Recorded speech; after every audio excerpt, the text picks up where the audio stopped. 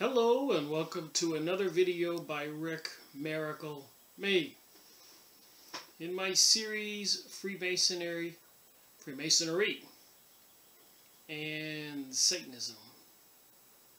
Again, two interesting words I chose in 2013 when pondering creating this series. What should I name it? And I've learned a lot since then. October 2013. This is May 31st, Wednesday, 2017. So October this year will be 4 years making videos, trying to share what I learned from researching for the prior 10 years.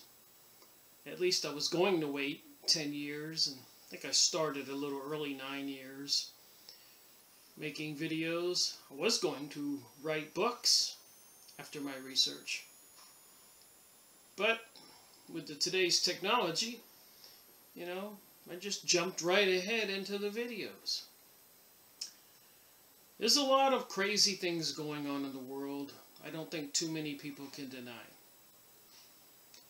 I think 80 people got killed and hundreds wounded with a bomb in a septic truck.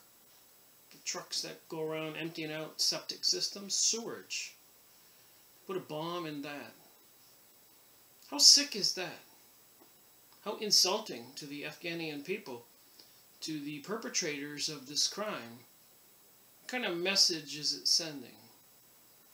And then another bomb in Iraq, and shootings, and London, and the new president Donald Trump, 89 or something crazy number rockets, missiles launched at Syria, trying to finish Syria off.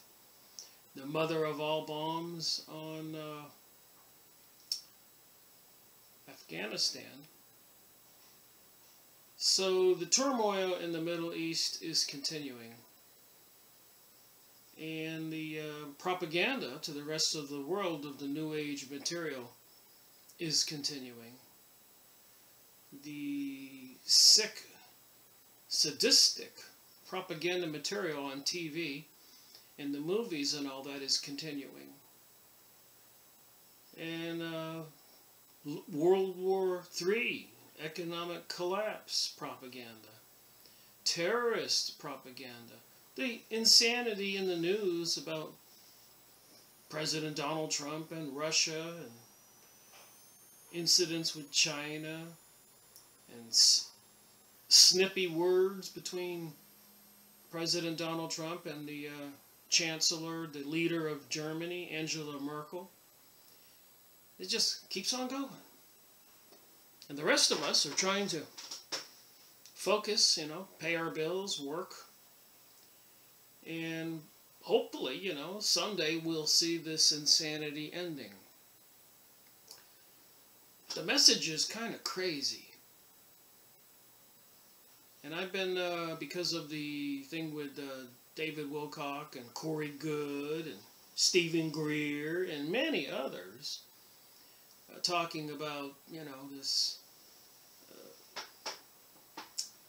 disclosure, UFO, aliens, beings, and then even with the channeled material, it just seems that you can take the characters in the Bible, angels, demons, Nephilim, watchers, archons, etc., and say that is the beings they're talking about.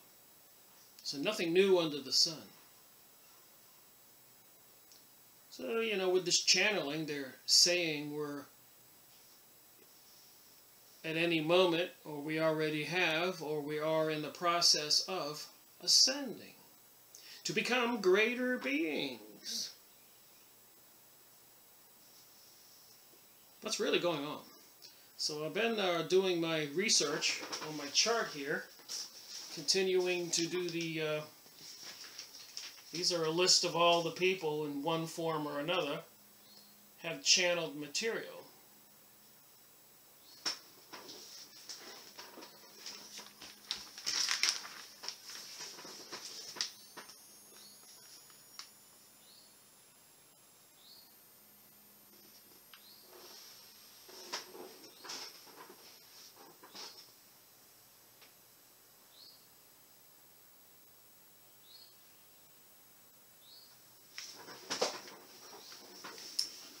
And it's been quite a trip, let me tell you. Top one there's Esther Hicks. I had a lot of these books. I didn't even know I had it. I've watched some of her material before, but apparently I had this book already. Manifest Your Destiny.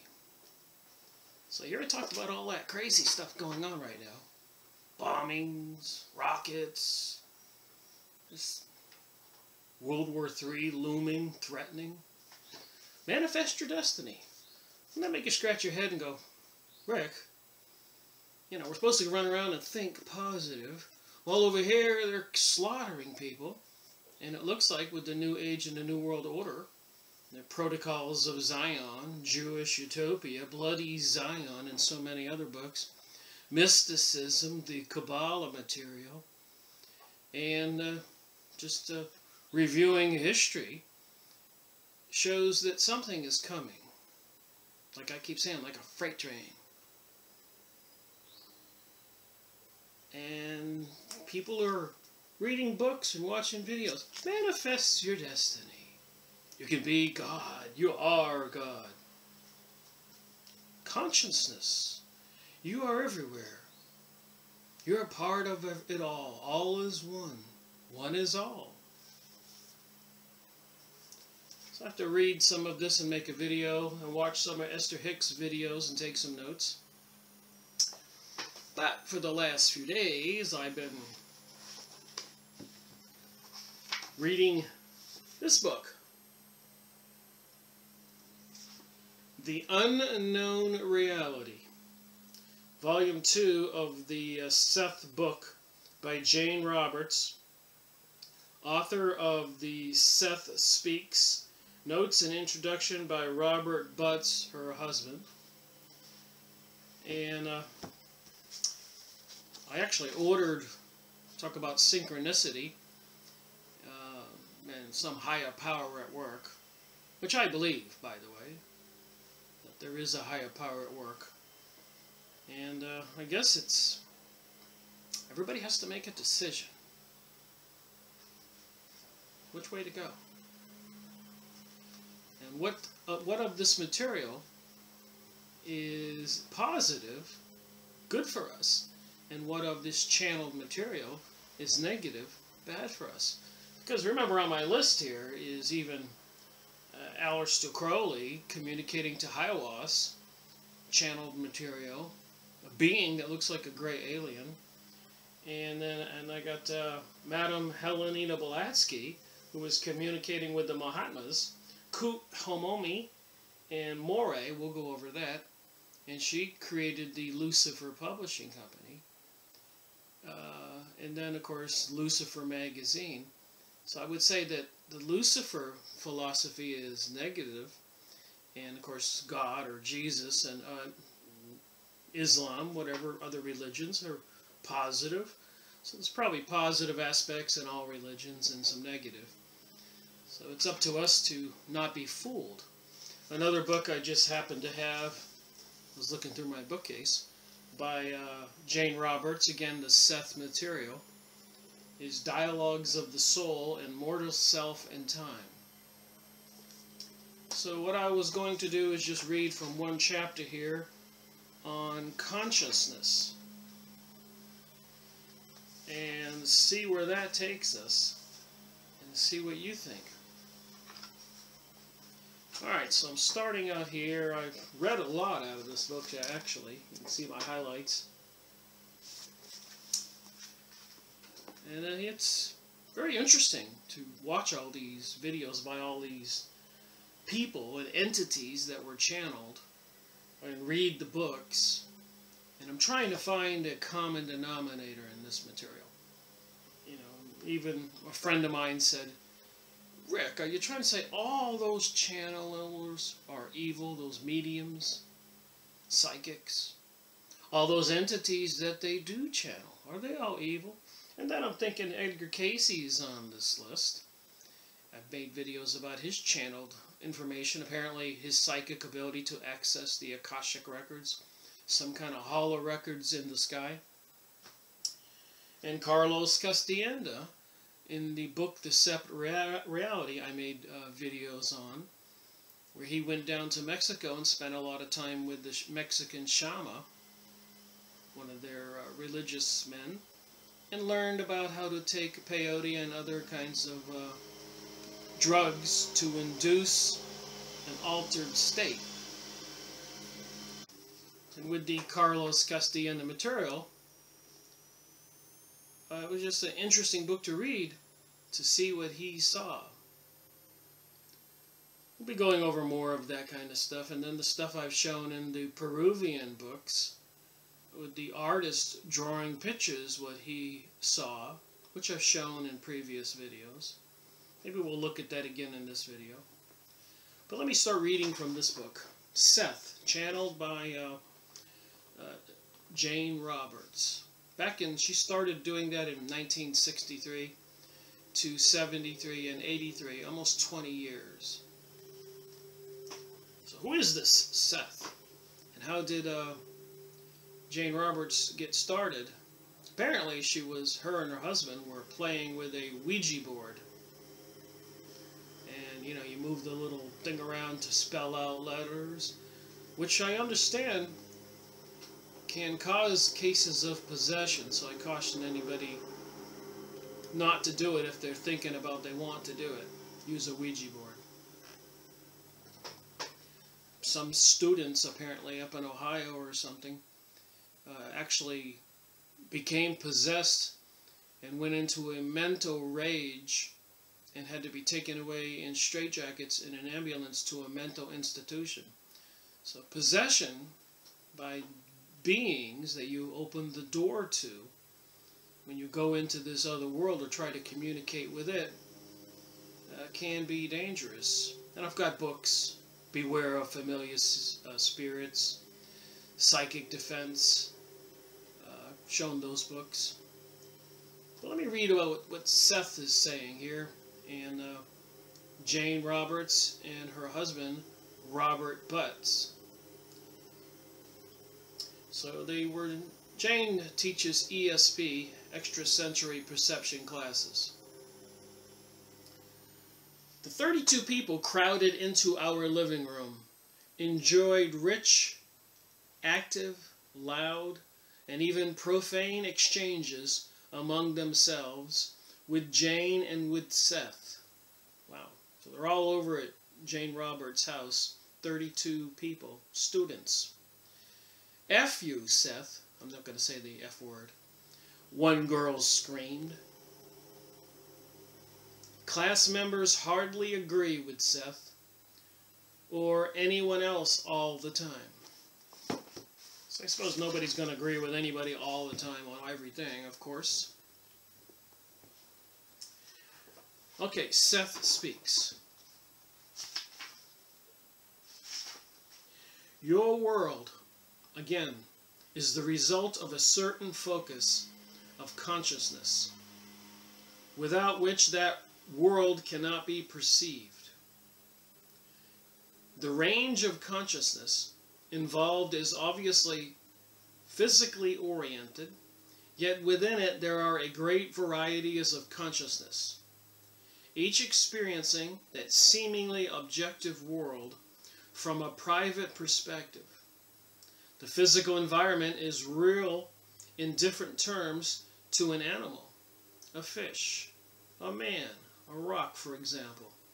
So Seth is saying everything has a consciousness and is aware of its surrounding. Just like if you pay attention and take a second and just look around you, the room, the light, the paintings on the wall. If you start, most people don't actually focus on their consciousness.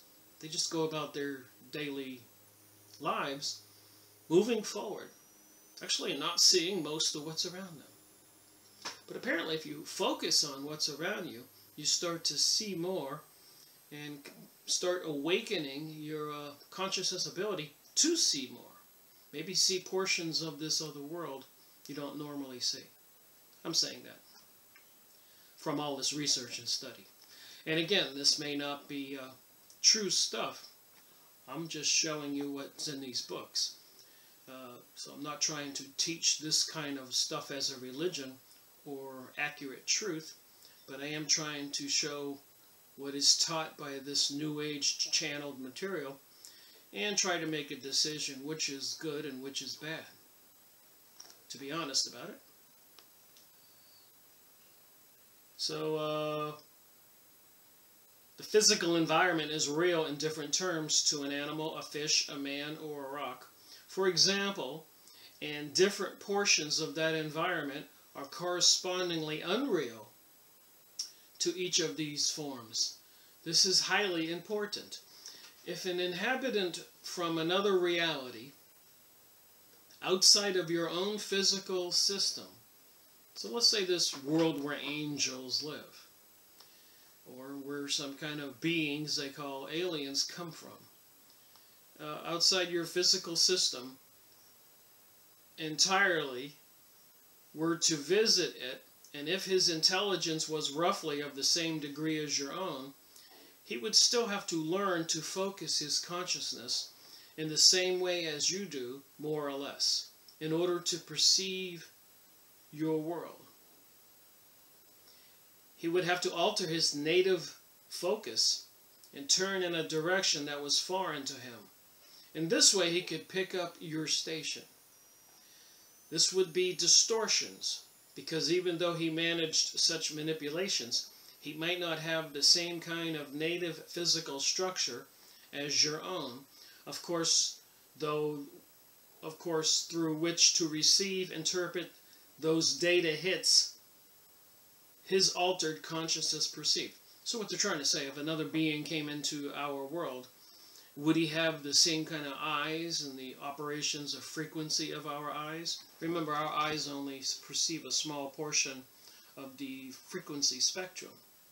Assuming it's as long as this screen, yeah, my fingers, I couldn't squeeze them enough to show you how small it is. And then, of course, my consciousness is not just using my eyes. I'm getting a smell, a taste, hearing, feeling, a temperature, which is all part of my awareness. And if another being came into this world and his biological unit, his body, wasn't finely tuned to everything like I is, maybe he wouldn't see these paintings behind me in these colors, or probably have problems seeing certain shapes and forms, even hearing things that may not be in his audio range. So I guess the same thing with we humans, according to what I've been reading here. If we leave our bodies, or however we can get into these other realms, we have to learn how to tune our senses and focus them, which apparently takes practice, to see those other realms. Your visitor would then be forced to translate that information as best he could through his own native structure, if it were to make any sense to his consciousness in the usual orientation. All realities are the result of certain unique focuses taken by the consciousness, therefore. In those terms, there is no outside. The effects of objectivity are caused as the psychic projects its experience into inner dimensions that it has itself created. So according to some other books, Carlos Castellano and other material I've read, there is a plethora, a whole lot of other world all around me, maybe right now, that I can't see. So our world is made up of more than what we perceive or what we have been taught. And that I really don't have any doubt. Within these frameworks are ever expanding, so that in your terms at least it seems that greater and greater distances are involved. Travel to another land of physical reality must then involve alterations of consciousness. While all of our thoughts and feelings are somewhat materialized, only some of them become physical in your terms. They are then accepted as the physical reality. They provide the basis for the physical events, objects, and phenomena upon which you all agree. Therefore, your world has a stability that you accept, a certain order and predictability that works well enough for your daily concerns. So our surroundings, the activities, the weather, all that affects us and how we behave. Which brings me to another point here.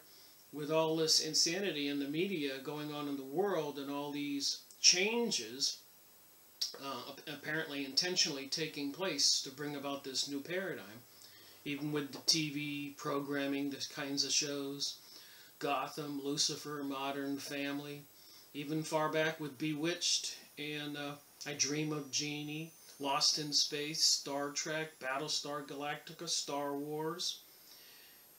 It's all shaping our reality. And if we react as a group consciousness, all humans, think about this. If we are part of a group consciousness, and together we manifest this reality all around us, and apparently, according to this material, it's expanding. And with this outside propaganda, this re-education or adding additional material like a software program, can we ourselves, according to some of this material, the answer is yes, but can we as a group consciousness actually expand our reality as we know it? Are we bringing about some future that we're being programmed to bring about?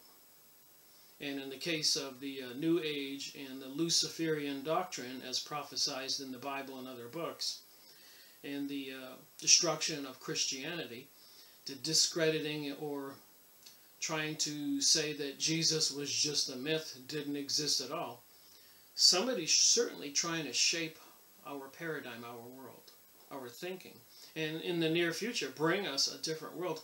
And they've already brought us quite a distance forward into that world now, especially since 9/11. And they did a huge jump with World War I and World War II. And I believe that was all planned. And World War III is planned to probably finish off this project these enslavers and destroyers of humanity have, according to my opinion. When I read this stuff and you do your own research, you can come up with your own opinion. But it seems pretty clear to me, especially what I just started with this video in the beginning, the murder and terror stuff that is still going on, it's not going to stop. At this point, you are tuned in precisely to your home station. So we're all aware of our reality. Wherever you live, whatever town, country, city, you have a consciousness. Everything's something that you accept as normal. You ignore the ghost symbols or voices. So apparently, if you can learn how to get yourself in a trance or start quieting yourself and actually paying attention, looking around at everything, you can pick up on more than you're picking up now. The probable actions that also occur, but that are muffled in the clear tones of your accepted reality. When you begin to travel away from the home station, so that's your reality that you're seeing and hearing out of your eyes and ears right now, if you try to see this other reality, you become more aware of the other frequencies that are buried within it. You move through other frequencies. But to do this, you must alter your own consciousness. The probable realities connected with your own system are like the suburbs, say, surrounding a main city. So the probable realities, the other realities that exist that we don't see, are like suburbs around a city. So these realities are things around us. When you walk outside, go over to the pool, go to the shopping store. There's stuff you don't see. Apparently that's there. If for simplicity's sake you think of other realities as different cities, then after you leave your own, you would pass through the suburbs and then into the country, then after a time into other suburbs until you reached another metropolis. Remember, this is Seth, some being speaking through Jane Roberts when she goes into some kind of trance. Here each metropolis would represent a conglomeration of consciousness is, operating within an overall general frequency of clearer focus. A high point of psychic communication, of exquisite focus in any given kind of reality. And remember, I've gone over a lot of UFO material and psychic material, and I'll continue to do that. This is a very interesting investigation. Freemasonry and Satanism. Freemasonry being the human attributes of secret societies controlled by higher levels like the Illuminati and probably even higher levels. And Satanism, of course, would take us into the other realm of reality. And on the negative side, Luciferianism, demons. So I'm just saying, it seems like the demons and beings like that are in league with the Illuminati and higher levels of Freemasonry, Rosicrucians, and other secret societies and cults, including the Kabbalist and witchcraft, etc. Not saying that there isn't some good in this other realm interacting with our realm. Shamans and Jesus and other material comes to mind. But I guess it's up to us to discern which is which. That's why I make these videos, so at least we can learn what's in these books and use our brain and try to use some common sense. You know, I don't think it's going to behoove any of us on planet Earth if there is a nuclear war created by these evil entities in league with evil humans. And it seems they're bent on doing that. They planned World War I, World War II. Even Albert Pike of Morals and Dogma, the leader of the southern jurisdiction of Freemasonry in America, wrote about the 3 world wars that would be required to bring about the New World Order. And in my almost 500 hours of videos on YouTube, is much more evidence. I can't explain it all in one video, but it can take you a few weeks and sit back, drink some coffee, whatever, and watch some of those videos. Watch other people's videos. Get a notebook like I do and take notes. And see what how your reality changes, what you think about reality. Unless you are tuned into those particular frequencies, however, you could not pick up that reality. You might instead perceive the equivalent of jumbled sounds and meaningless static, or jigsaw images. You might simply realize that some kind of activity was there, but without being able to pinpoint it. And it is a curious thought, how some people have a higher psychic ability, a higher sense. Some people born with it. Some people have to train very hard, like the government trains people. They have many people, groups, to be remote viewers, go in a trance, whether it's with hypnotism or drugs, and leave their body and spy on the enemy. This is pretty common knowledge these days. Many books, I've made videos about it.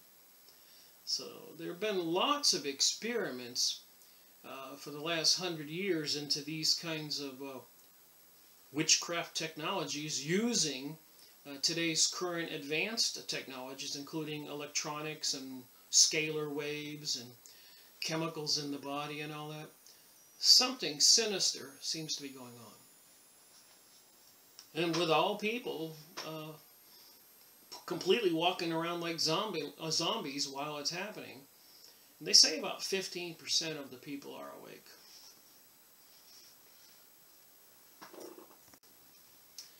Now, all consciousness, including your own, is highly mobile. While you focus your attention primarily in your own world, a certain portions of your consciousness are always straying. Just like when you're sleeping, you get those dreams. Some of them can be quite bizarre, or you get thoughts during the day and you say to yourself, it's not my thinking. Maybe these outside forces can try to interact with us on a daily basis. And they cause us to have a consciousness shift. Remember, in my opinion, in all my studies, each one of us is actually two of us. There's this body with the brain, which sees with the eyes and the ears, speaks. And then, of course, there's my spirit and soul, which, from my understanding, operates at a significantly higher frequency.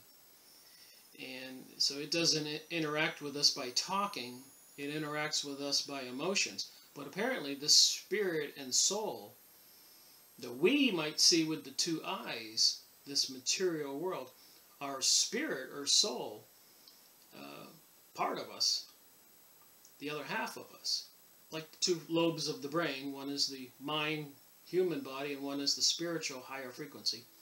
But apparently it can sense things going on around you that you can't sense. And it gives you some kinds of warnings.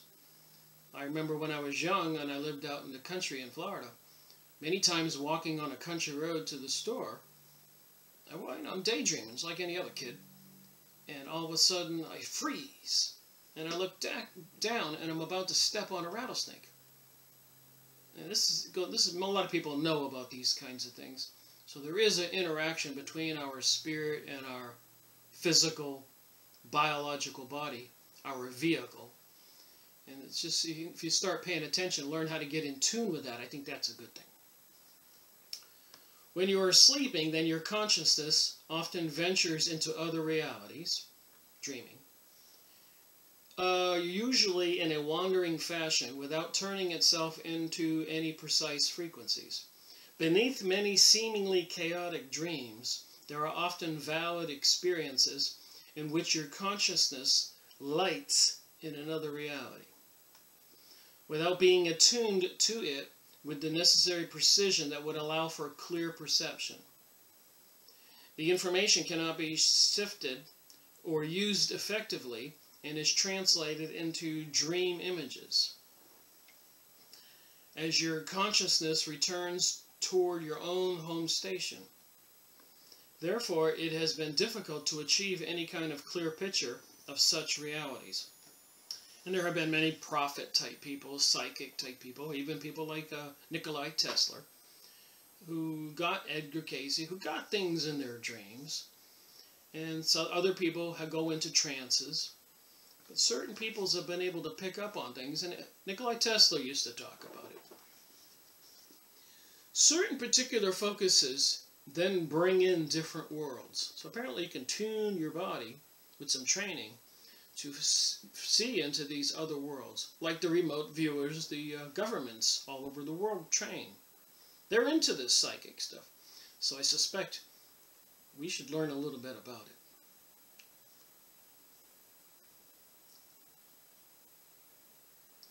Certain particular focuses then bring in different worlds, but unless your consciousness is tuned in, your exquisite precision, with exquisite precision, you will not be able to perceive clearly. You will instead pick up, at best, the ghost images, probabilities, and private data that are not officially recognized as part of the main reality's official structure of events. Basically, however, consciousness is freewheeling. Such realities therefore always exist, even in your own psyche, outside of your home station, outside of your reality, that you'll operate on all the time, whether you're sitting at an office working or driving a truck, going shopping, swimming in the pool. You have this myopic view of reality. You don't see all this other stuff. You're just looking at what you're looking at. So one of the practices you can do is to look around the room you're in and just focus on the Hopi dolls there in this picture. The Civil War book, the painting, the fish. I got this in Cozumel. North Carolina shows the mountains. North Carolina. I'm just saying you can look at individual things and just look at them. And then try to back off with your eyes and see the whole picture all together as one big thing. Very interesting little exercise. Okay, where was I?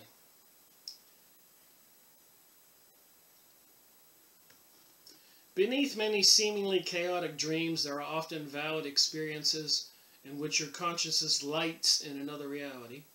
So you can slip into these other realities, daydreaming, or sometimes different chemicals, foods you might eat. And you're going, well, that was bizarre. What did I just see?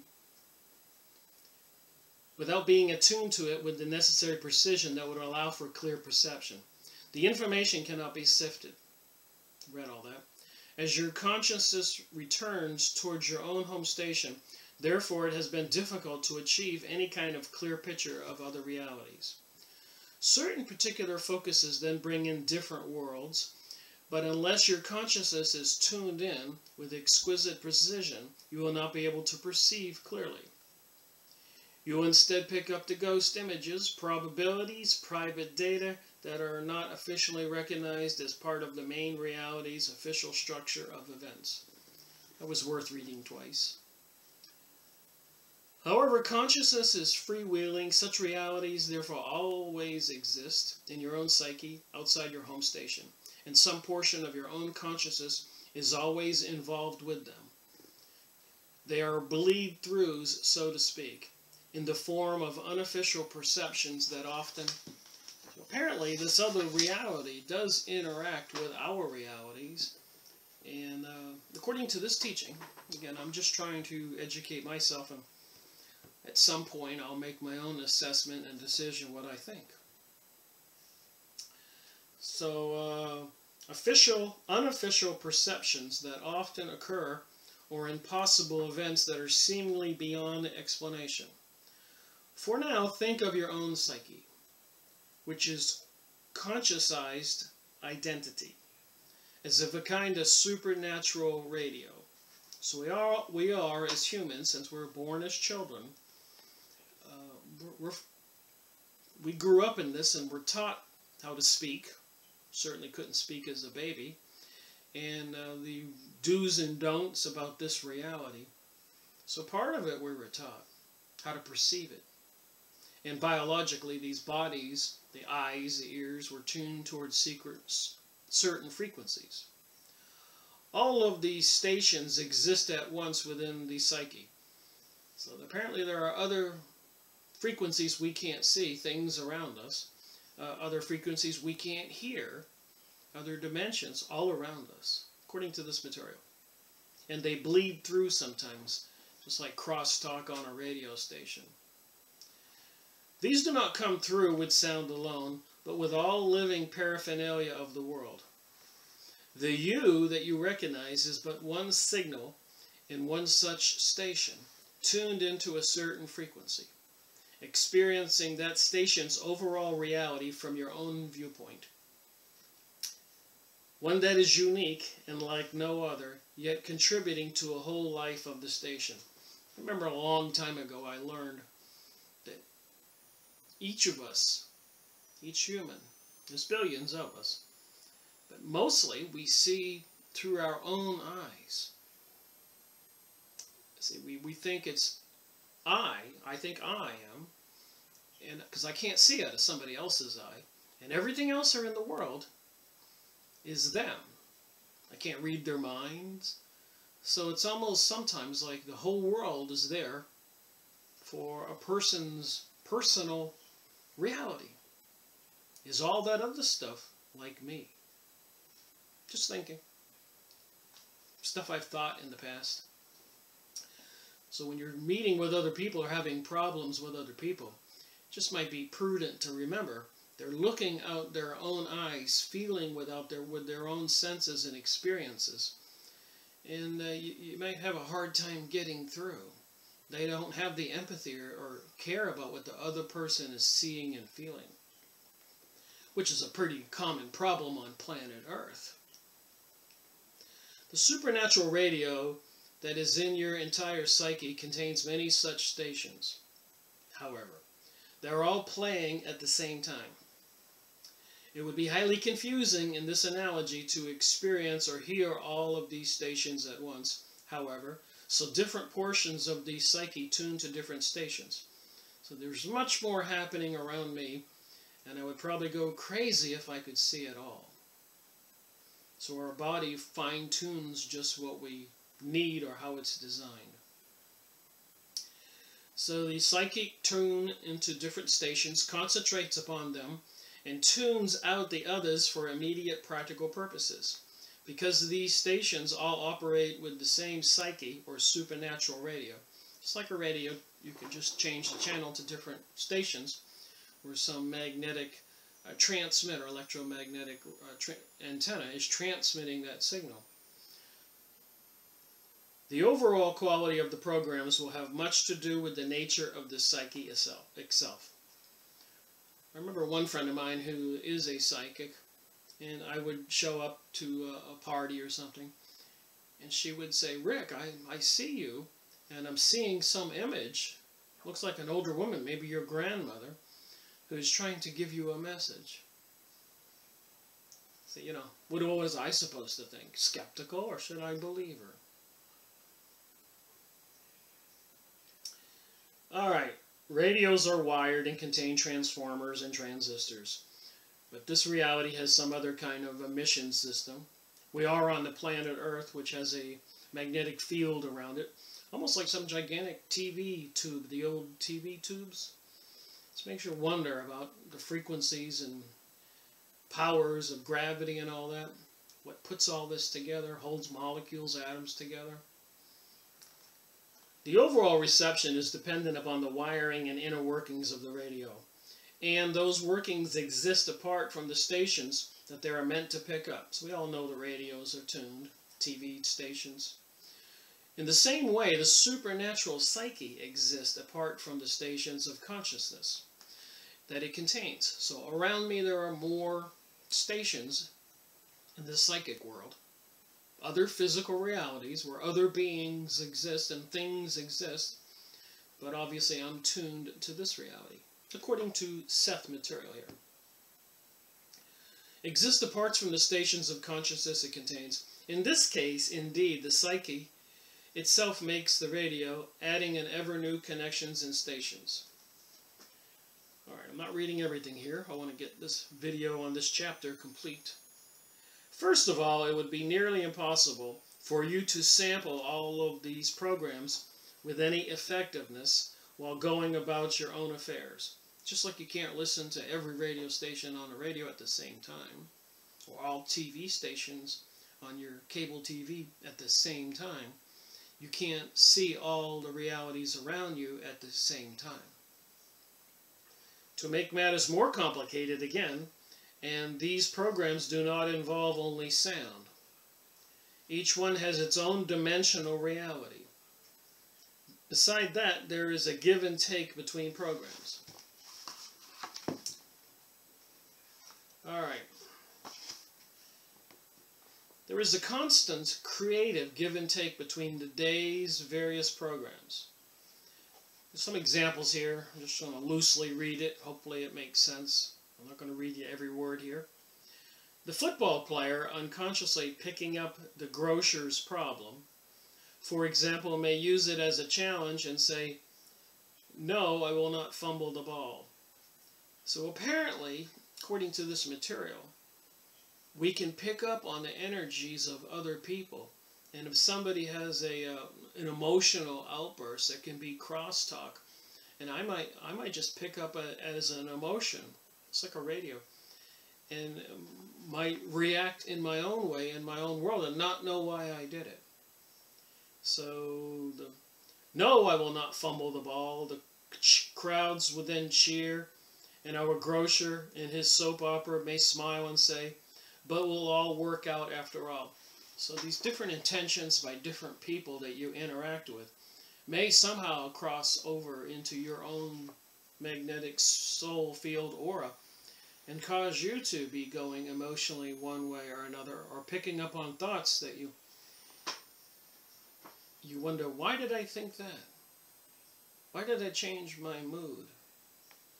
In other words, there is a psychic constant interaction between all the stations and marvelous, literally unlimited creativity.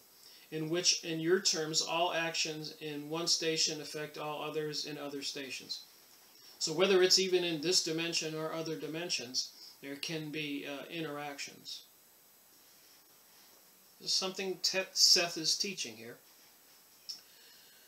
Still using the same analogy, as he falls asleep some night, our grocer, the grocery store owner, Wilfred, might suddenly hear the full strains of symphony in his head, or instead catch a glimpse of a football player. Or on the other hand, one of the musicians in this symphony orchestra may suddenly find himself thinking about how difficult it would be to have a mistress and a wife at the same time. So we all get crazy dreams. Can this be crosstalk, crossover? From the point of view of the perceiver, these would be unofficial events, and yet they could serve as important clues to the nature of reality. The separate programs existing at once each have their own schedules, and from your reality you could not play them all at once. It seems to you that you are outside the psyche. So you think of someone as yourself operating this radio from an external position. From your point of view, you could not pick up the grocer's escapades. And the symphony, for instance, if both came through at 8 o'clock in the evening.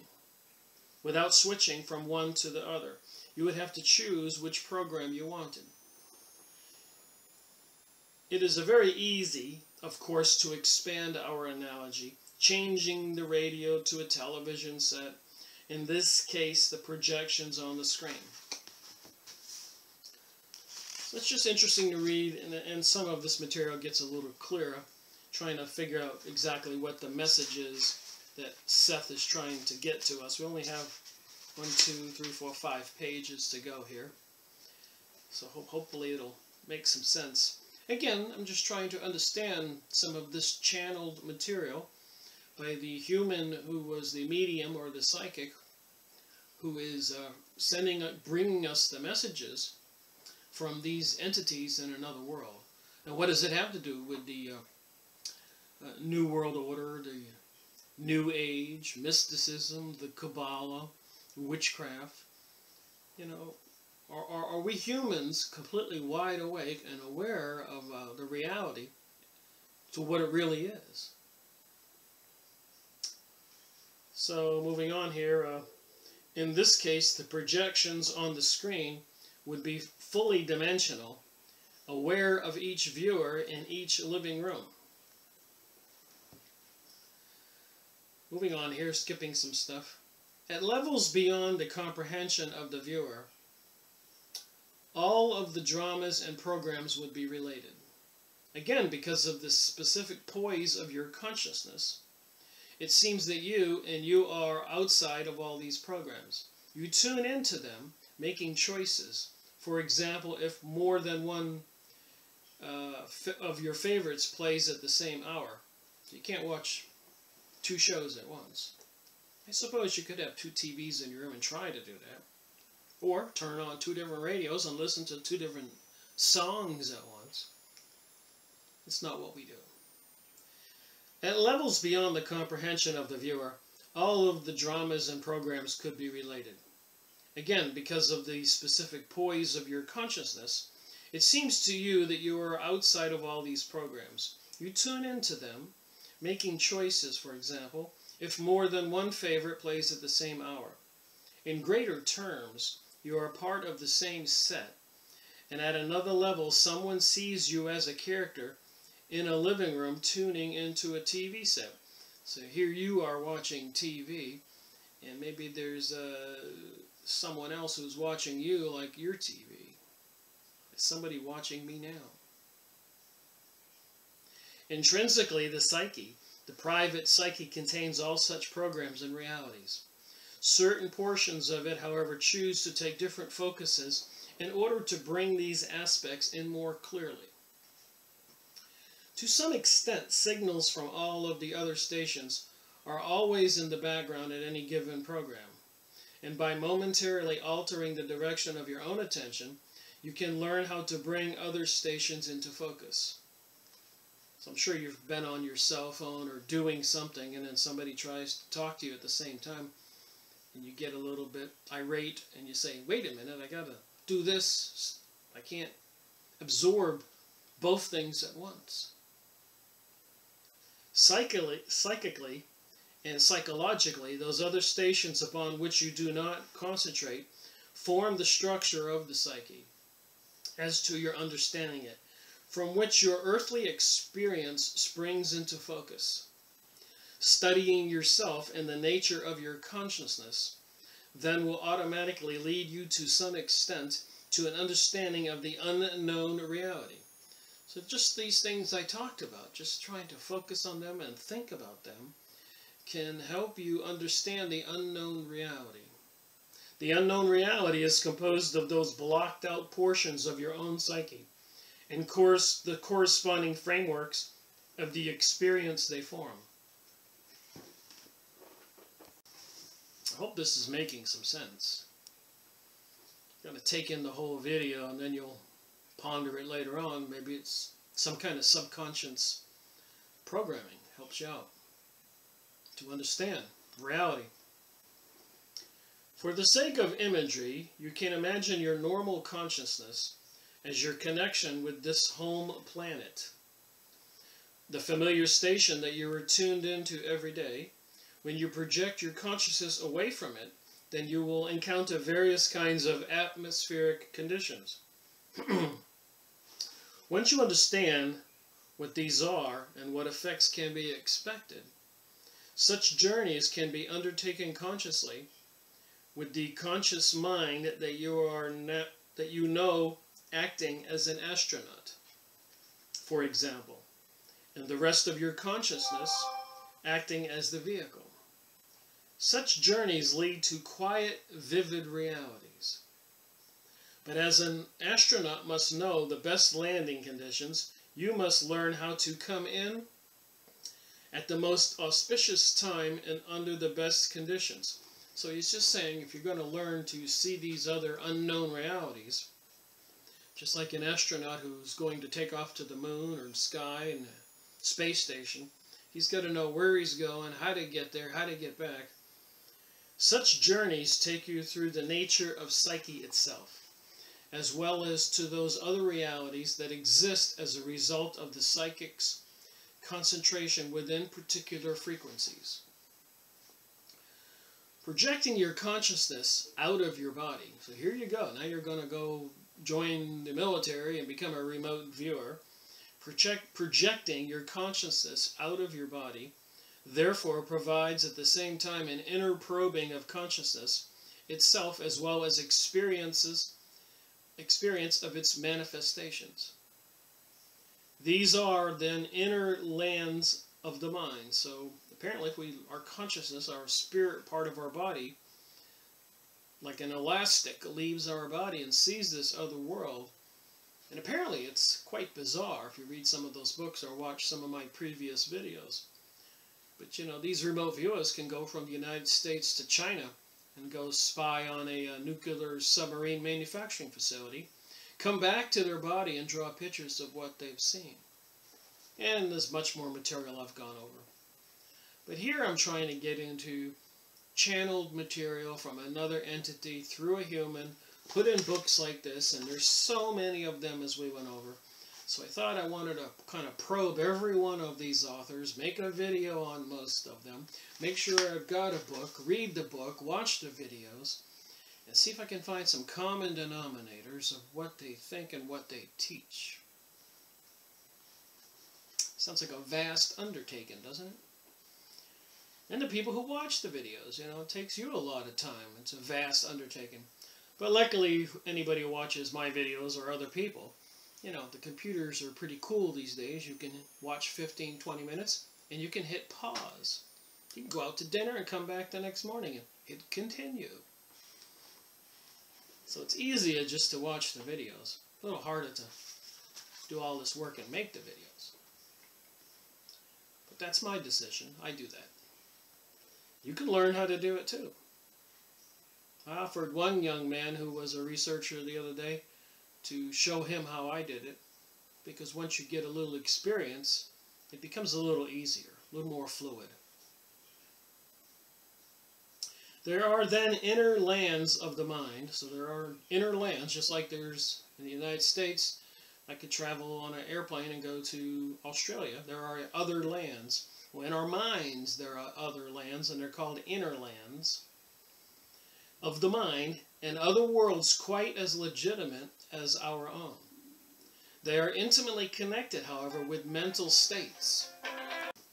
Well, the phone ringeth. Back to the book. They are intimately connected, however, with mental states, which are then materialized so that your own mental processes are highly involved. Some people say we live in a matrix. All of this is a holographic creation. What's the truth? And again, it's not so much what we think and what we want to ignore, because the reality all around us, these people bought and paid for politicians and countries and arguments and the threats of World War III and economic collapse, all that's real. And it just might behoove we the people to wake up, which is why I go through all this trouble studying all this material and making videos, trying to share this stuff and not have something that Rick just says this. I read the book and read from the book and throw in my 2 cents. And I thought that would be giving it a little bit more credibility, so people would at least have some sense of what they could trust. And if you can't trust world famous people and world famous authors, and true, some of them have written these books to do good for humanity, and some of them may be writing these books or presenting material as true that may not be true, and they're trying to do harm to humanity. That's a huge responsibility of discernment, of trying to decide which is right and which is wrong. But common sense should prevail on some of it. Now, first of all, I have been speaking of the psyche as if it were a completed thing with definite boundaries. The private psyche is ever creative, actually expansive, and literally without beginning or end. So that clearly sounds like a sentence right out of New Age teaching. The private psyche, your psyche, my psyche, is ever creative, actually expansive, and literally without beginning or end. Your experience of yourself marks the seeming boundaries of yourself. In a manner of speaking, I am one personality and one program and one station. So electromagnetic biological units that we are receivers and transmitters. That's interesting to remember. So when you do, you think even biblically, there was warnings. You have to pay attention to the thoughts that go in your head. They might not be your own. Okay, so we have to learn to be aware of each other, to communicate between stations, to affect each other's programs, and to change each other's worlds. I do not speak alone to Rupert or Joseph, with names he gives for Jane and her husband Robert, for example, but my words go out to the world that you know.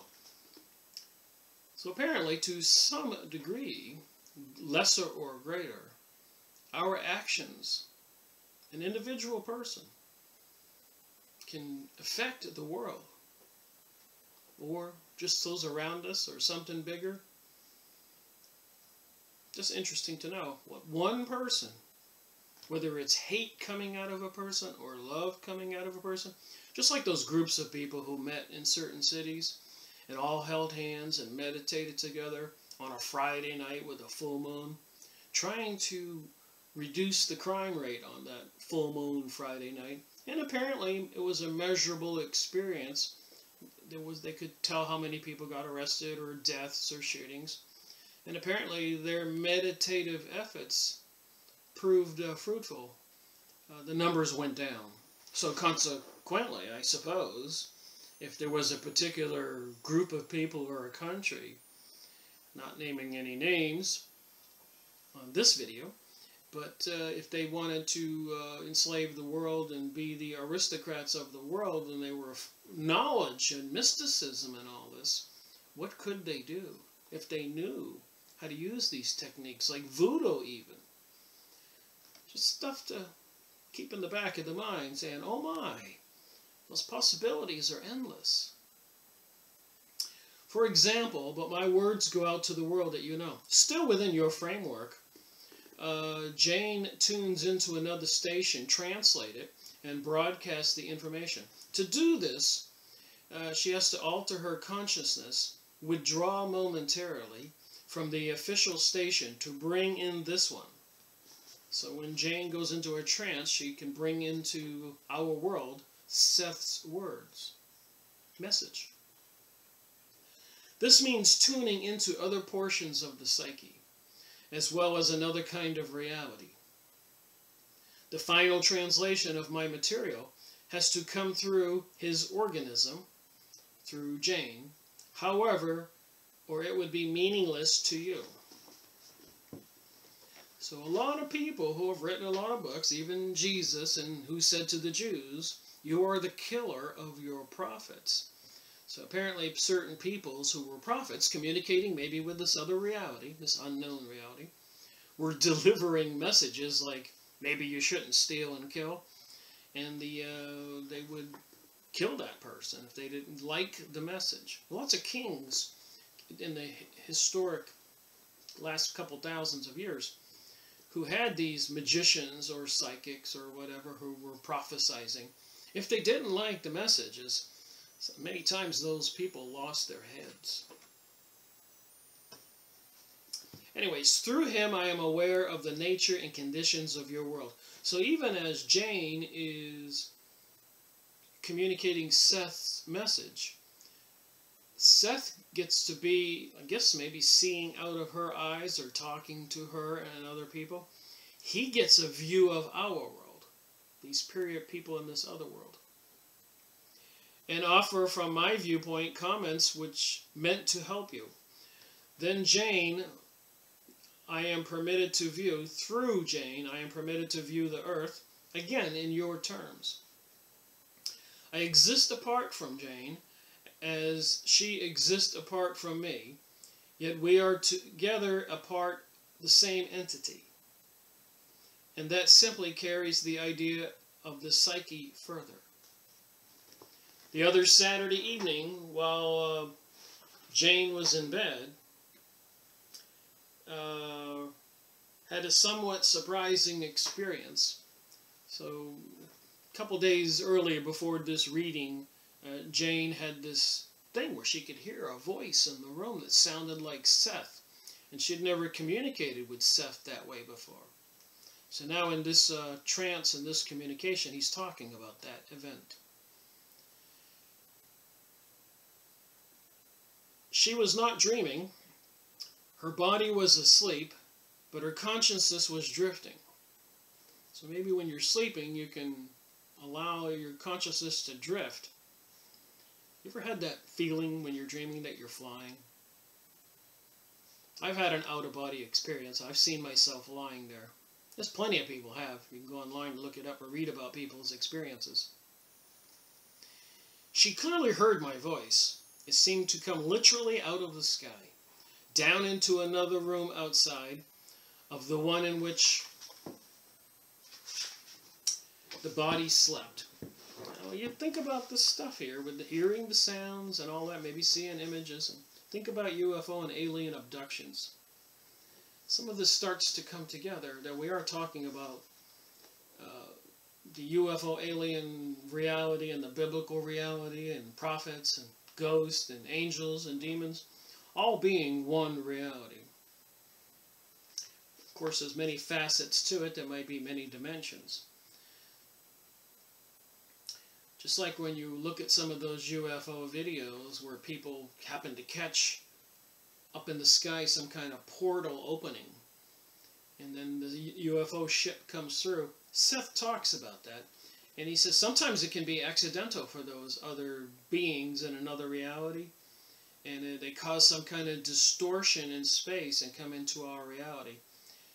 Interestingly enough, I've got many books on oddities and stuff where even distortions on Earth's sphere, on Earth's plane, like a lightning bolt might cause a portal to open and transform a whale in the ocean to some field in Kansas City. There's plenty of documentation as to this happening. Weird stuff like this quite often. It's called Jacob's Ladder. It was an intentionally designed portal. And MK Ultra, Project Montauk, Philadelphia Experiment, and other stuff I've gone over, and much more material, seems to provide a lot of clear evidence that this reality is more than what we think, and that these kinds of portals in different dimensions do exist. So what's that got to do with the people who want to dominate the planet right now, and for their own selfish purposes create some kind of golden age, depopulate the planet, enslave the other people, bring us back to the age of the pharaohs in Egypt maybe, or Atlantis? Just theorizing as I go here. For a moment, the power frightened him. He keeps calling Jane him because, I don't want to explain it, but he calls Jane Rupert because he says he knew Jane in a previous lifetime. So I'm just trying to fix the him and the her here. For it sounded like a radio tuned up into an incredible degree, louder than thunder. At the time, words were clearly distinguishable, though later he forgot what they said. For an instant, he was tempted to interpret the power as anger, for in your world, when someone is shouting, they are usually angry. He realizes, however, that something else was involved. She did not sense my presence, but only heard the thunder of the voice. It shocked her because she is used to hearing my words from within her head. So I said, apparently for some reason, Seth was communicating to Jane at night while she was dreaming. She had never been aware of my voice as existing apart from her. In the dream state, she has heard me giving her information. In these instances, however, she was the channel through which my voice came. She has often wondered about the nature of my own independence and the kind of reality in which I exist. So he's saying Jane wonders about Seth and what kind of reality and where does he live? What kind of being is he? He was also aware at the time that while the voice literally boomed out, no one else would have heard it. Yet the voice definitely came from outside of herself, and she seemed to hear it with her physical ears. So a lot of people are saying a lot of these abducted cases with UFOs or aliens, they didn't happen the way the people believed they happened. Something happened. Something was messing with their consciousness and made them believe what happened. Jane acts as a receiver when I speak, and so I must make certain adjustments so that my message can be channeled under conditions that involve many other things: her nervous system, physical apparatus. That evening, through using what I call interior sound, I let Jane become acquainted with the power at my disposal. So Seth has that power at his disposal, he's saying in this channeled material, so that she could realize that it did basically now come from beyond her personality as she understands it. In regular sessions,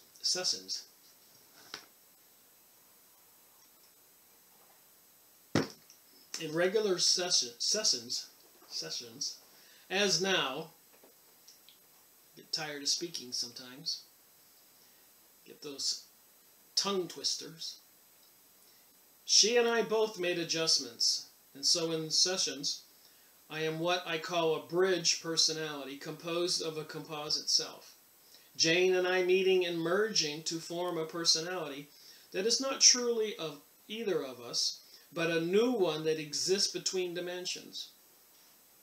Reaching beyond that is my real identity. So somehow this Seth character is able to bridge that dimension and this dimension and communicate through Jane. And remember I said she learned how to do this, her and her husband, by fooling around with a Ouija board. And luckily for them it didn't turn out, well, it might have. We don't know who this Seth is. But sometimes it can turn out horribly bad and people become possessed.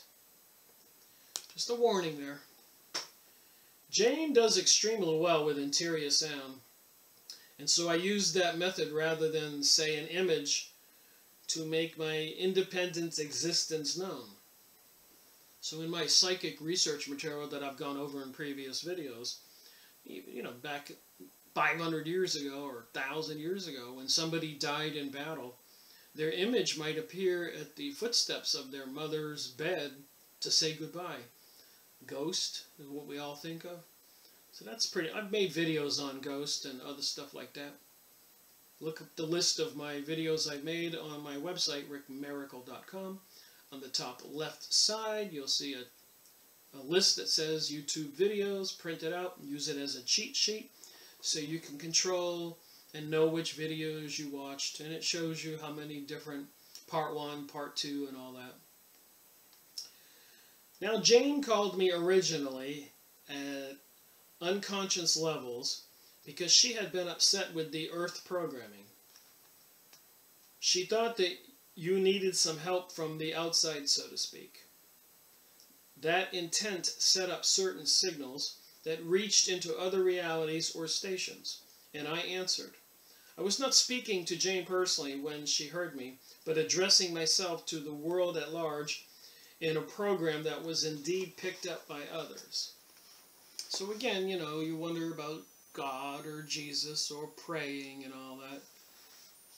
I suppose there's something to that, tuning into this other world. Maybe it's not so crazy after all. This program spread out and was translated by others in dream states. In physical terms, however, the message given that evening is still to be presented through these books. So if people, groups of people, have group souls or somehow are connected, and if we have all this strange propaganda, programming from the news, lies about Syria and other things, and people are all tuning in, picking up on it, and creating thoughts and beliefs in their mind, and that spread amongst everybody, can you see that evil intentional efforts could be made to change our world? It looks like it's well underway. Name of the series, Freemasonry and Satanism. The Freemasonry part is part of the Illuminati and all the secret societies. Human people with ill intentions, sinister plans, to create some kind of utopia for themselves. And of course the Satanist part is apparently there are some forces beyond the realm of this material world interacting with these people. We've been going over the books. We've been studying and looking at Kabbalah, mysticism, and other stuff, witchcraft. What the heck is going on? That's what got me started in this whole research in September 2013, making videos after reading books for almost 10 years and watching videos and magazines and just digging deep into this stuff. Here's something funny here. So apparently when she's in a trance, she says, so if you can get me a pack of cigarettes. She seems to be able to hold a beer in her hand when she goes into her trance and have a cigarette smoking, and goes into this kind of more emotional state of mind, disconnected from the reality around her when Seth is speaking. So maybe Seth is enjoying that cigarette and beer also in our dimension from his other dimension. bit of humor there. In your local programming, you will have hosts of familiar characters. So we all have our circle of peeps, our friends and co-workers and people we pass by on the bus or the car or the highway. And at different times in your terms, you have them play different roles. They take different roles. They often represent strong idealizations alive in the private and mass psyche. So there's more to our reality than just us, as many of us know. Let me give you a brief example that will also show you how well I have learned your culture. So Seth is saying he learned something about our culture. In their own ways, these are heroes representing the detective who is out to protect good against evil, to set things right. Now, these characters exist more vividly in the minds of television viewers than the actors do who play these roles. So we watch TV and we see a hero, but apparently that actor is really not a hero.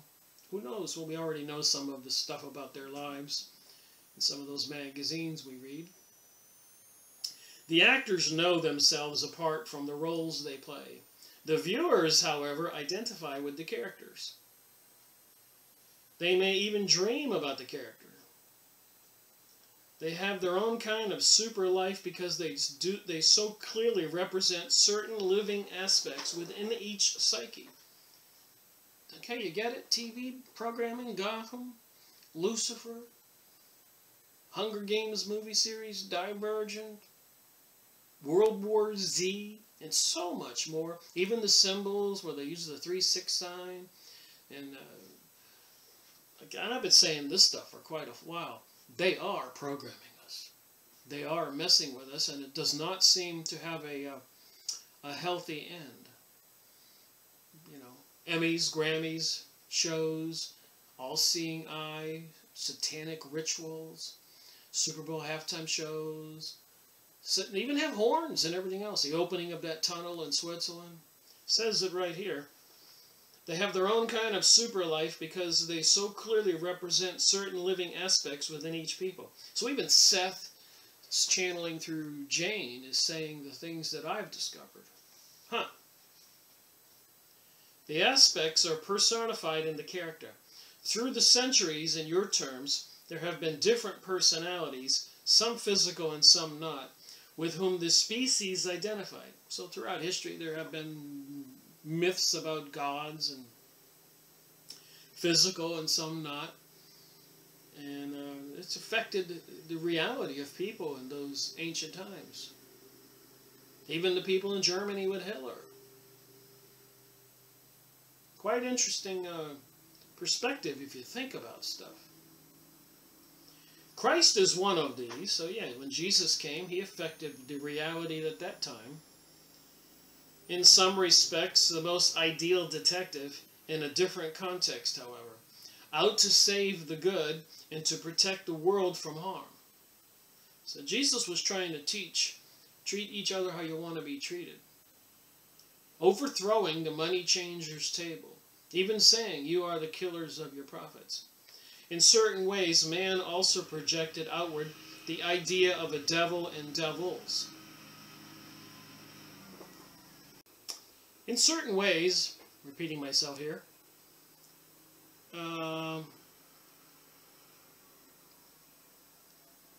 man also projected outward the idea of a devil and devils. And for somewhat the same reasons, so that he could identify with what he thought of as an unsavory portions of the psyche, as he understood them at any given time. In between there are a multitude of such personalities as vividly portraying parts of the psyche. So I don't know if I've been pondered this when I was reading it, because who is Seth? And is he trying to dismiss the idea of devils or devils, demons, or not? So I'll read on here. When you read this stuff and study, you can't just believe everything. You got to think here. These characters become portions of the inner literature of the mind. Suppose an inhabitant from another reality saw and realized that people were watching it. Pretend he wanted to add more depth to the show. He might have come then himself in the guise, but enlarging upon the characterization, adding more dimension to the plot. So if these other entities are aware that we might be aware, maybe they might be fooling us and making themselves seem more sinister than they are. My opinion is you got to be careful when you go out into the spiritual realm if you have an out-of-body experience. Apparently you can wind up interacting with some very gruesome characters and some very tumultuous atmospheres, gigantic streams of air or fire and stuff that consume a person. And there's pictures about this stuff, and there's books and all that. The Book of Enoch material I went over describes some of that stuff. But we'll be going over this stuff more in depth. I intend to get to the bottom of this stuff, God willing, time permitting. So often when some personality from another station wants to help change the programming, he comes in the form of a... Alright, so we're right down to the last 2 pages here. Personality already known in fact or fiction.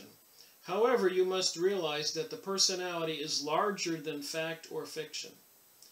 It is independent at its own level. That would be your personality or my personality. Yet it is also part of the portion of the private and mass psyche that is so represented. I am Seth in those terms. So again, like I say, we all are a bioelectric. Everybody knows we can hook an instrument up to a person and see that we are electric pulses with our heartbeats, and that's how our cells communicate. So I suspect, planet-wide, that if somebody knew how to manipulate what we were emitting as a transmitted thought, or even create rage, and they may be doing this. I believe there is some plans, and part of that has something to do with sky spraying, the heavy metals in the sky, the HARP transmitters, the microwave transmitters, scalar wave transmitters, cell phones, even things with flat screen TV screens, digitized. Things can be happening to your eyes or your psyche that you don't even know. Symbols and all that. Remember, our spiritual entity is not the same as our biological body brain. They operate at different frequencies. And our spiritual entity is aware of more around us than our biological body is. But if you take the time and work at it and start perceiving and paying attention of your reality around you, you can pick up on things. You'll walk down the street and you'll be asking yourself, what's that old saying, ask and ye shall receive? You'll be looking for this stuff, and all of a sudden you'll look up at the billboard and you'll see what I saw the other day with the 3 gigantic plastic bottles on a billboard, and one of them having the 3 6s in rainbow colors with an eye in the middle. You will see the symbolism is everywhere if you start looking. It's just interesting when I read Seth's material and I think about my own investigation. And he kind of confirms some of this mental programming, which is intended to affect also the psyche, the spiritual entities that we all are. And there are ways to enter that realm of our second self if you get training. But again, it comes with caution. So maybe we can understand what these illuminated, initiated secret societies are all about. And they seem to be working against us. And they live in big mansions and have billions and trillions of dollars and control masses of amounts of people through the Freemasonic lodges and other secret societies. They're working against us. They know things we don't know. There are many myths connected with my name. So he's talking about his name Seth now. They all represent portions of the psyche as they were understood at various times in man's history. Seth is talking about his name. Those portions were originally projected out of the psyche as it began to understand itself.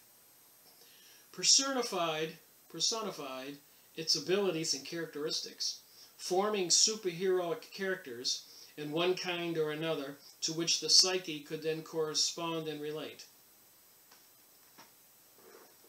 So I'm just reading some notes now. Some of the hypergogic images you see in your mind prior to sleeping, and those at other times are alternatives. That is, you could see those pictures physically, psychically, if you opened your eyes instead of the ordinary reality you know is there. Inner vision evolves physical sight, lining up exterior data into the kinds of images they correlate. Each reality is surrounded by its probabilities, but this is obviously relative. So, you know, anybody can get up tomorrow morning and make any decision.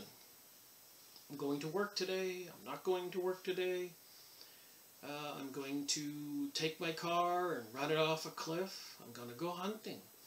I think I'll get on a plane and fly to France. So every day starts out with unlimited probabilities that each person can do. So obviously, if we're all spiritually connected, and with all this other craziness going on in the world, we could have some very interesting experiences. I mean, what happens if they do declare World War III and started nuking 2 or 3 cities? Or 100 cities? What would people do? How would that psyche affect the whole planet? Probably become very bizarre. And why would anybody have intend from whatever dimension, knowing a little bit about the Bible and the Watchers and the Archons and the battles in the celestial heavens, who would want to destroy we humans? Just saying, stuff to think about. Our experience of the present is enriched by our own memory of past perceptions.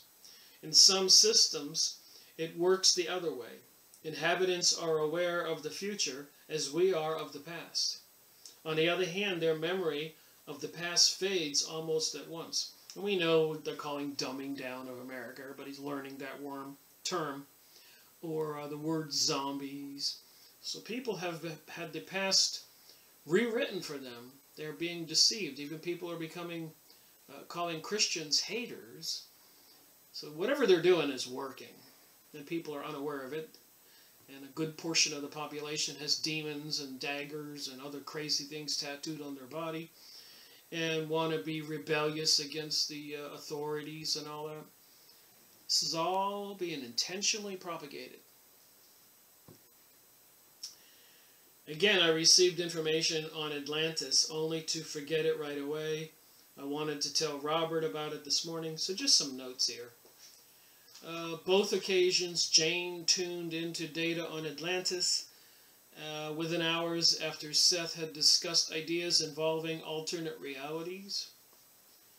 Just some brief notes at the end of each session that Robert made, Robert Butts. Seth briefly discussed space travel and another probability. Refer to Seth's material on the basic unpredictability of consciousness and on probabilities. So like I said, you know, anybody can make different decisions. Look at me making the decision to begin this research in 2005. Knowing someday I would be here 2017, my 13th year. How many other people make decisions to do things they think are important, and people do things that are evil? All those, the Patriot Act and all those other documents, the Balfour Agreement, you know, they know what they were doing. All those books in the Jewish Bible, Zohar, Kabbalah, and Talmud, and Kabbalistic material. materials they obtained by some kind of interdimensional communication from beings. Remember, they were called prophets or messiahs. Just saying, where did they get it and what does it mean? Who wants to build some kind of utopia on this planet for themselves and the rest of the people be returned to where they say what the Anunnaki made us to be slaves for mining, etc.?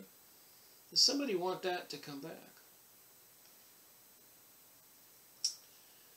About Seth's reference to the myths connected with his name, Set or Seth, as an Egyptian god of evil with an animal's head, whose complicated origins could, it's thought, reach back in antiquity at least to 7,500 BC. In Judaism, of course, Seth was the third son of Adam and Eve after Cain and Abel. Genesis 4 and 5. As one correspondent wrote, Seth is also a Hebrew name meaning appointed. So Seth is also a Hebrew name meaning appointed. So what do we got going on here? So I did go online, my curious self as I am, and looked up Seth on Yahoo image site.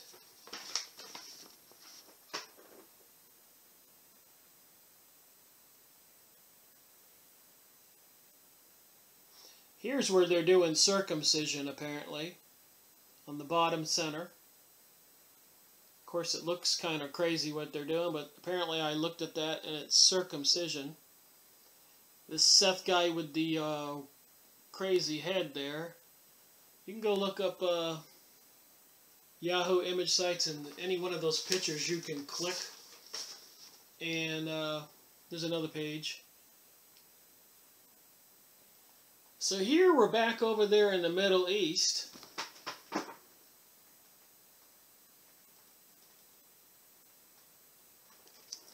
With the Egyptian hieroglyphics and all that. And we hear about Isis being a threat to the world. And she was married to Osiris, who was killed by Seth. So, yeah, Seth is supposed to have killed Osiris. That would be his brother, by the way. Isn't it funny how all this stuff comes together? Seth was represented by a big-eared imaginary animal with red hair resembling a donkey, or maybe an aardvark. He was the lord of the lower world. So, you know, who's giving Jane this information? And I'm not necessarily trying to say all his message is evil. I'm just saying I do my research. Seth was married to his sister Nymphis. Seth was exiled to the desert for all time after killing his brother Osiris, who was married to Isis, who had a son named Horus, who's the all-seeing eye on the dollar bill.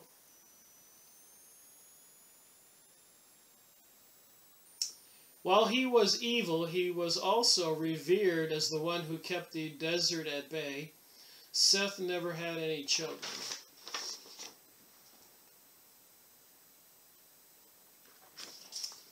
Just completing my investigation. So in Hebrew, it's called the appointed. However, some very early priestly genealogies omit Cain and Abel and consider Seth as the eldest son of Adam and Eve. In the 2nd century A.D., for instance, the Shethites, who were members of a little-known Gnostic sect, thought of Seth, the son of Adam, as the Messiah. So instead of Jesus being the Messiah, back then they thought that Seth was the Messiah. Oh my!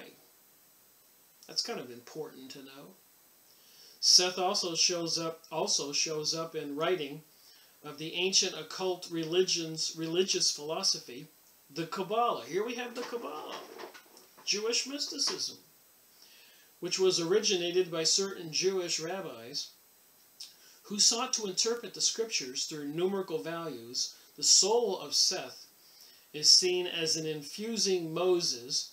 He was to reappear as the Messiah. And of course, in our Christian religion and other religions, there is supposed to be an Antichrist coming. Would it be a reincarnation of this Seth character?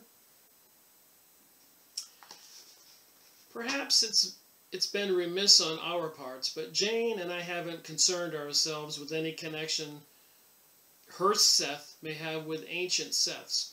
So as channelers, they didn't want to connect the dots. And I may be right, I may be wrong. But I'm looking into it.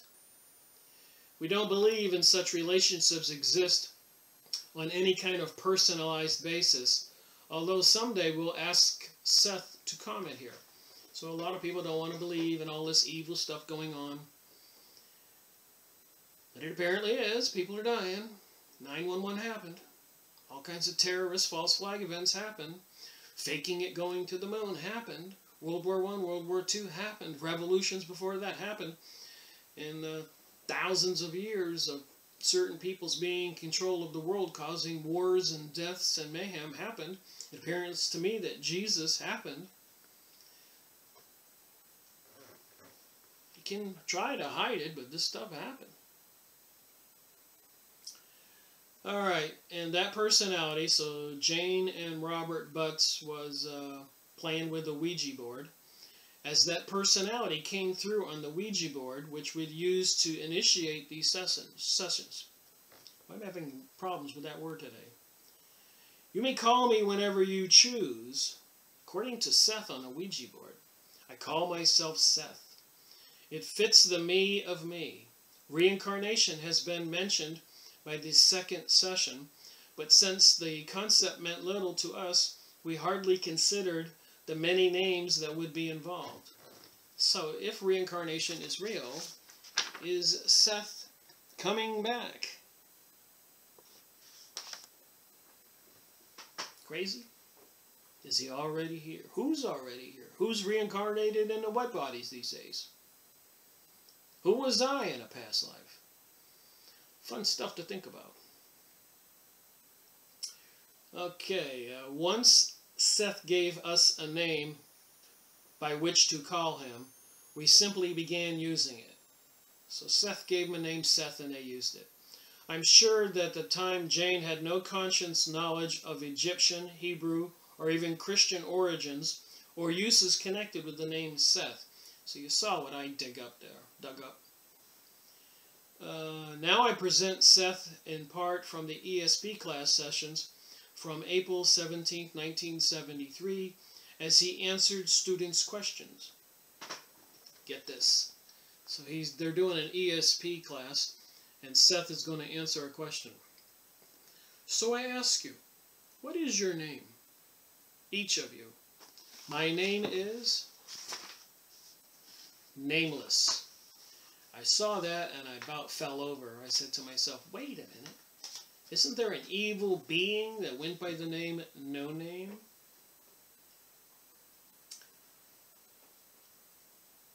I have no name. I give you the name Seth because it's a name and you want names.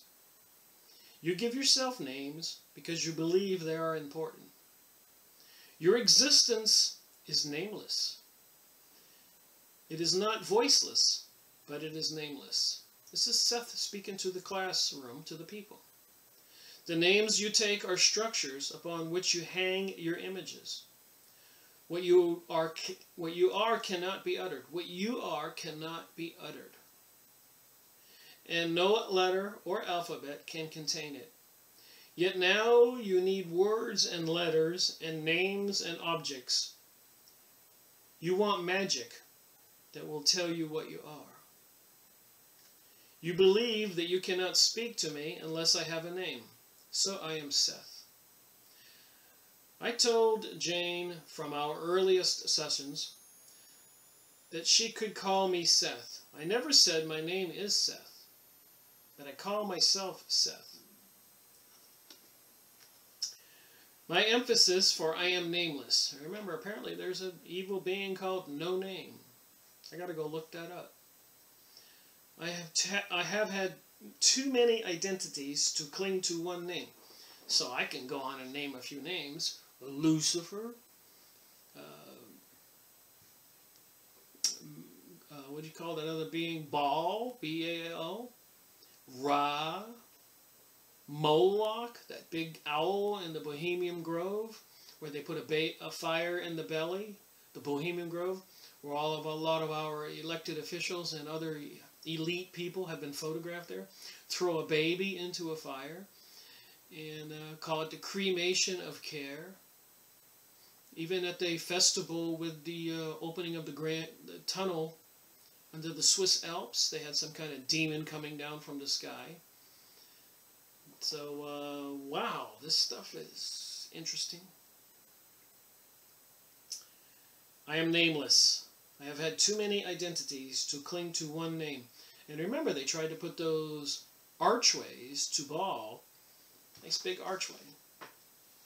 Like a giant door with an opening. In New York and London, it was an outrage across the nation. It was coming out of UNICEF, the United Nations. I'm telling you, the United Nations is part of this. It's into this satanic cult. You can see the symbols. The meditation room. Anyways, I found out later on they were trying to put 1,000 of those archways all over the world.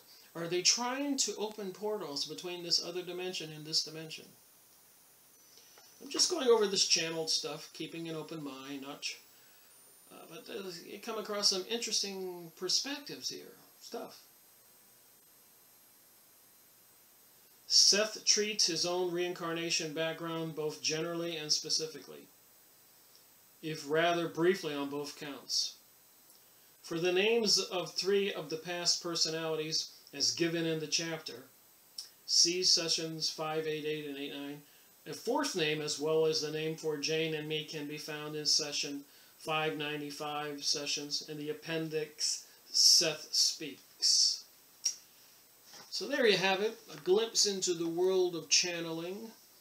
Seth talking about these other realities, unknown realities that are all around us that we don't perceive, and also how they can interact with us and how we can interact with other people. And we all see, obviously, some of the propaganda, like the archways and the Shiva, the big image of the goddess of destruction on the Empire building in New York City, and the big goat projection that was put on the Hoover Dam, and the goat's a representative of the devil.